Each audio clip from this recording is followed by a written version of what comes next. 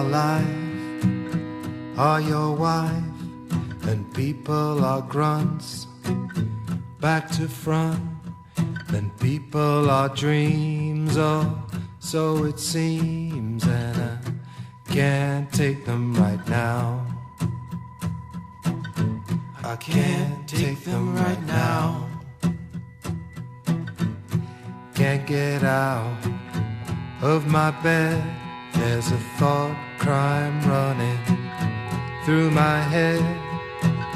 Can't take these rules, and people are fools who believe what they read and believe what they see, believe what they see on the TV. Opinions are like iPhones. Hello and welcome to a new podcast called Glass Onion on John Lennon. My name is Antony.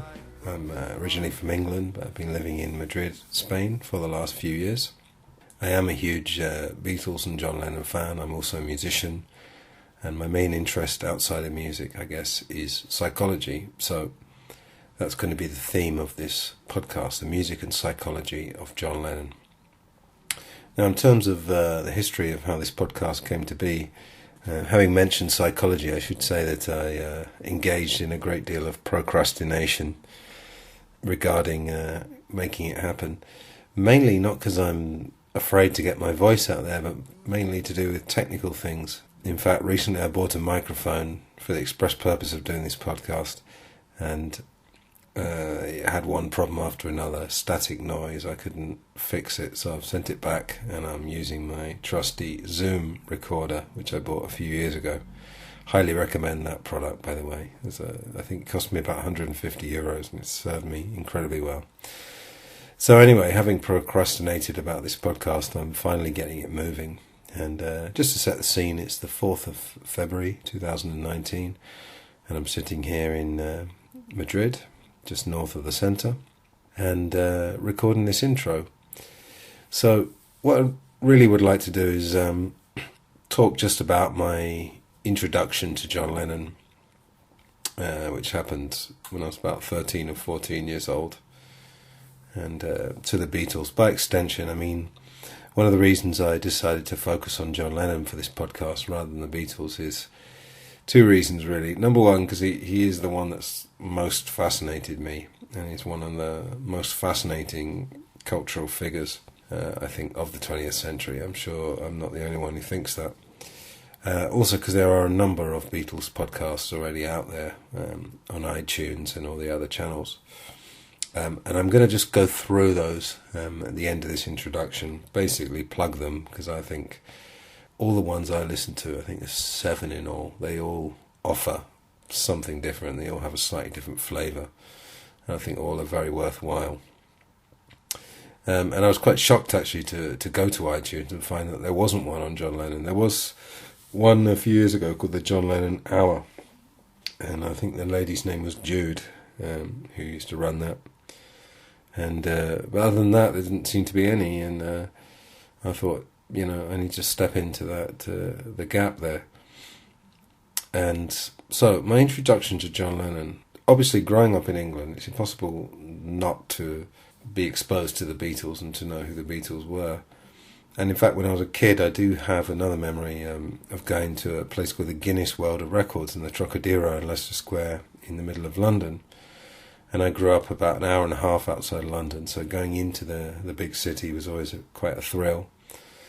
Whether it's to see the Tower of London, the Planetarium, Madame Tussauds, etc.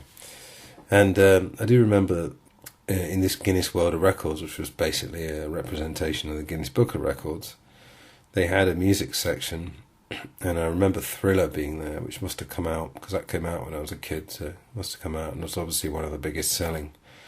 And you could press a button and play one of the songs, one of the best-selling songs in the UK or in America or worldwide. I remember they had the Beatles, I Wanna Hold Your Hand. I pressed the button, and of course the intro, da-da-down, down, da-da-down. And anyone will know that, early Beatles songs were so packed with value. They were incredible, just like 2 minutes of energy, pure energy. And I remember as whatever I was, 10, 11-year-old, maybe even younger, being quite captivated by that. And I thought, that's interesting. So then, when I was about 13 or 14, my older sister, Marina, hi to her if she's listening, she got us a record called A Collection of Beatles Oldies and Goldies, and that was basically a record that came out in Christmas, originally Christmas 66, and that was while they were working on, first of all, Strawberry Fields and Penny Lane, and then they went to working on Sgt. Pepper. So there was no product that Christmas, so they put together this compilation. I remember thinking, looking at the cover, and it was a kind of a representation of swinging London. And there was a picture of them on the back, with the long hair. I think it was taken in Japan, actually. And the two things that stood out about this record, first of all, I grew up in the 80s. I grew up basically on 80s radio originally. Things like, Duran Duran and Culture Club and Tears for Fears. And there are actually some pretty good songs. Some of those songs have stood up quite well, but the presentation was a little bit sort of very synthesizer based. It was self-conscious was a word that was used to describe the pop music of that day. And most of the songs, because I was a bit of I was a bit of an anorak. I used to make compilations, and I used to love timing the songs as well. So I had all the timings of the songs, and they were generally 4.5 minute songs in the 80s, singles. So when my sister brought this record, I remember the first song was She Loves You. And I remember, you put the needle to the record, and obviously the drums of She Loves You come out, and then this incredible sound of John, Paul and George. Sometimes it was two of them, sometimes all three, singing these incredible harmonies. And again, brilliantly produced, I think. Not sophisticated in the way that the later stuff was, but pure energy, as I said. And I remember hearing this. And then that was followed by From Me to You, and I just thought, From Me to You, I don't like that quite as much as She Loves You, but still pretty good. And then I think, from memory, the third song was We Can Work It Out, and I remember thinking, that's quite different. And of course, on the record, or on the jacket, they had the running times of all these songs, and I'm looking at this and thinking, She Loves You was something like 2 minutes, 5 seconds, 10 seconds, something like that. From Me to You, I think it was 1:58 or something. I was thinking, wow, they made records then that were only 2 minutes, and suddenly it occurred to me that these 80 songs seemed very, very long, drawn out. They probably had about the same number of verses, but these Beatles records were so instant and so fresh. And even in 1988, I think it was then, 25 years after She Loved You came out, I experienced exactly what I imagined someone experiencing it for the first time would be. And there were probably kids experiencing that now, hearing She Loves You for the first time, all those amazing records. So really the two things that stood out from the record was, number one, this freshness, this vitality.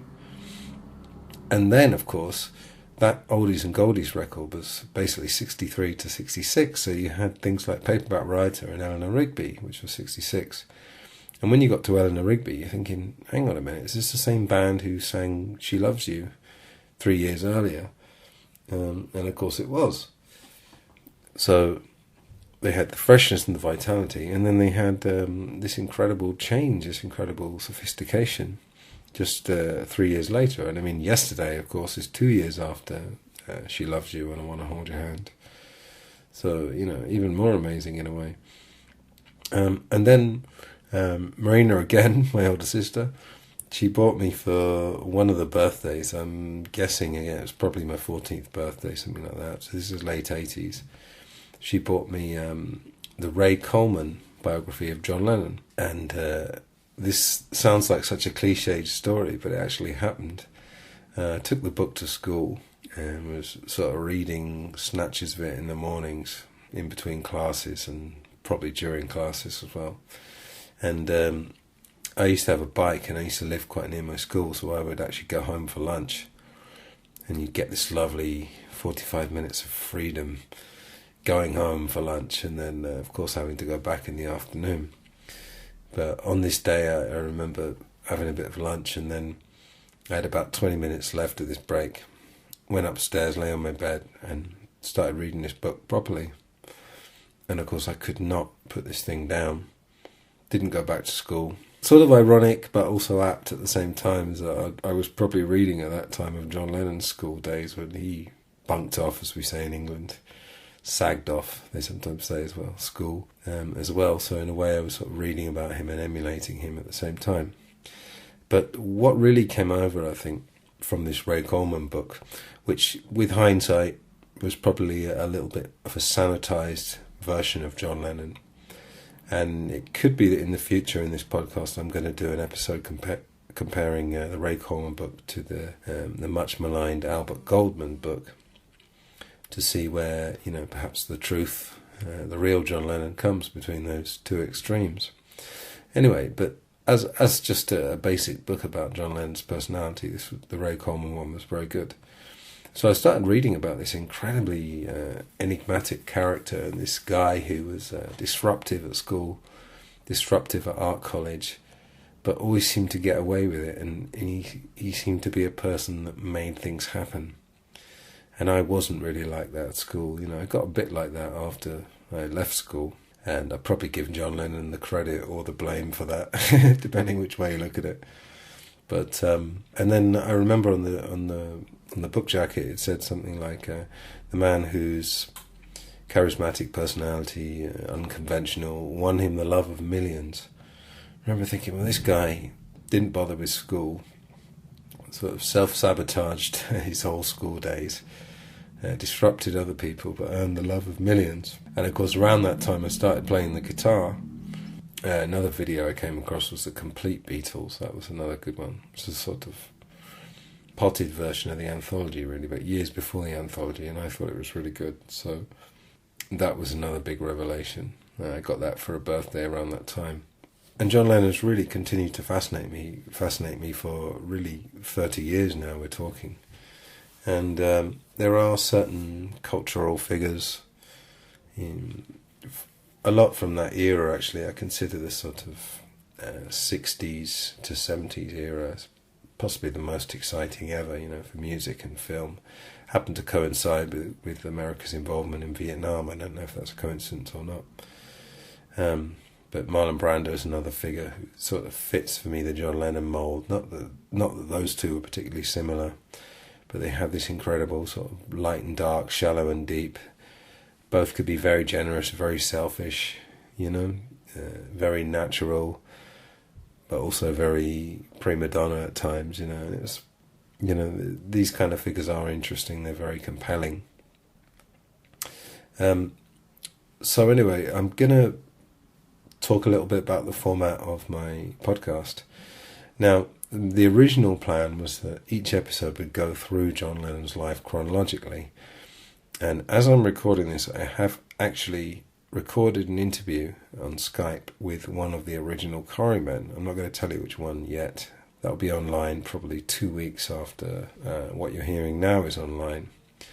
Now, if this was a full-time job and I had unlimited time, I could probably make that happen. But I've sort of decided, because I'm doing this amongst working, I'm an English teacher in Spain, and I have numerous other projects on the go, musical and otherwise. So I've decided, this is basically the Wild West. I'm not making any money from this, so I can basically play it any way I want. So that's the way that's going to go. It's going to be a little bit of a hodgepodge, and ironically, in fact, the first episode, going to be a solo episode, is actually going to be me reading an audio version of a blog post I wrote about the last day of John Lennon's life. So perversely, starting with that. But, hey, no rules. There's enough rules in society. We don't need to self-impose anymore. And, I don't have a producer or an editor breathing down my neck, so I'm free to do it any way I want. As regards the name, Glass Onion, I did have a think about this for a while, but that name kind of popped into my head because, as you will hear, because I've recorded another interview and I had a discussion with the person in question about how many John Lennons there were, and he changed visually, seemingly year by year. Seemed to look sometimes like a completely different person. So, you had the Hamburg John Lennon, sort of the proto-punk, the angry young man. Then you had the nice mop top. Then you had the kind of stoner, mid-60s, fat Elvis, looking for a new direction, John Lennon. Then you had the psychedelic, and then he got into heroin and went back to rock and roll. Then he was a peacenik. Then he was part of the New Left. He was an activist. And then he stopped that and he went back to being a drunk again briefly in the mid-70s. Then he became a house husband. But I thought, of all those John Lennons, which one do I think most represents him? And I don't think there's any that most represent him, but Glass Onion, for me, it's got that name. It's obviously one of his songs from the White Album. It just typifies the surreal, the weirdness of John Lennon, the eccentricity of John Lennon. So that's not necessarily my favourite song of his, although I do like it. But I went with that one.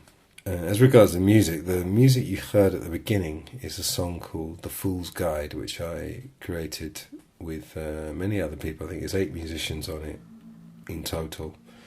And it was produced by my friend here, Kester Jones, who also played all the guitars, or nearly all the guitars on it. And he's a genius multi-instrumentalist. Very happy to be working with him. I don't know if that will be the default theme music. That may change. I'll surely add little audio clips here and there, the beginning or the end, or sometimes in the middle. So I have plans for this podcast, but I'm not going to say too much because I want it to just go where it goes. As I said, I've already done 2 interviews, one with one of the ex-Quarrymen and one with another Beatles podcaster. Both of those are very pleasurable. And I've got a few more lined up.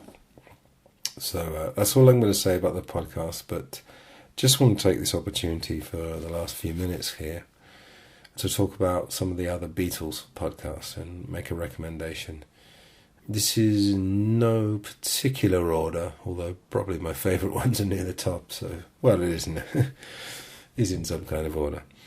I think probably my favourite Beatles podcast of them all was the original incarnation of Something About the Beatles, which was Richard Buskin and Robert Rodriguez, who are both, one English, one American, both renowned Beatles authors.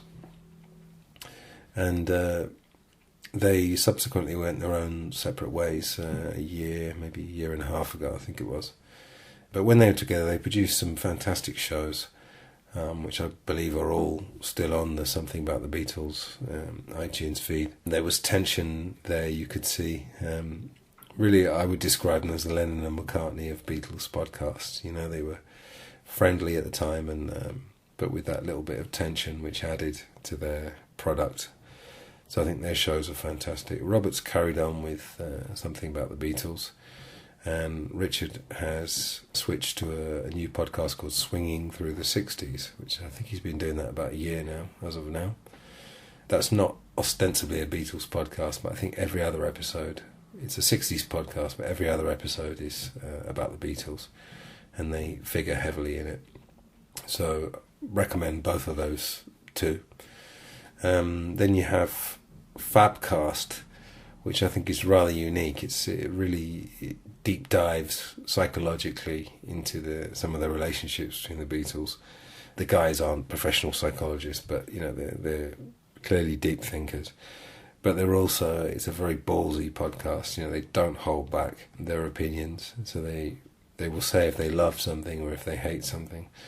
They've had Mark Lewison on there a couple of times, and they've been great episodes, but I highly recommend Fabcast.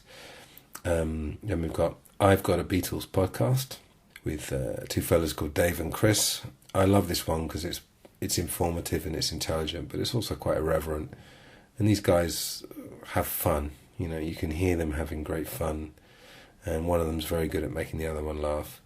Again, they're not afraid to laugh at the Beatles, or solo as well, perhaps more than the Beatles as a collective.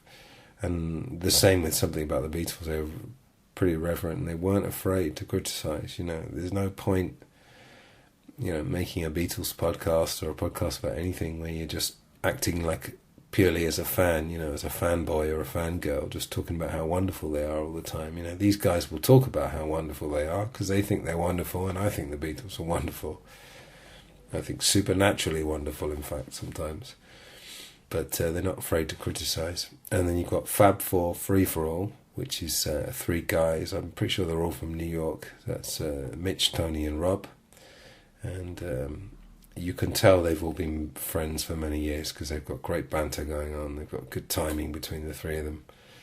So again, pretty irreverent, but intelligent and informative. Then you've got Things We Said Today, which is Ken Michaels, Alan Cosin, who I really like. Quite like to talk to him. We'll see if that happens. And this one I'd probably say is a little bit more dry, although I think Alan Cosin tries to give it some edge now and again. This one is very informative. They do a nice section at the beginning, which is news.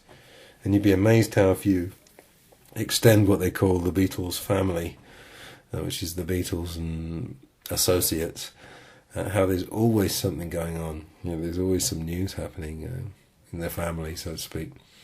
So that one is more informative than irreverent, I would say. But that's a good one as well. And then finally you've got When They Was Fab, which is Ed and Lonnie. Again, they have a nice relationship between them. It's very, very easy to listen to podcast. And again, they're obviously fans, but will criticise them when it's required. So any of those 7 I would recommend. Swinging Through the 60s is not technically a Beatles podcast, but they feature heavily. So in a minute you're going to hear the outro of the song I talked about earlier, The Fool's Guide. And we'll see you for more episodes soon. Goodbye.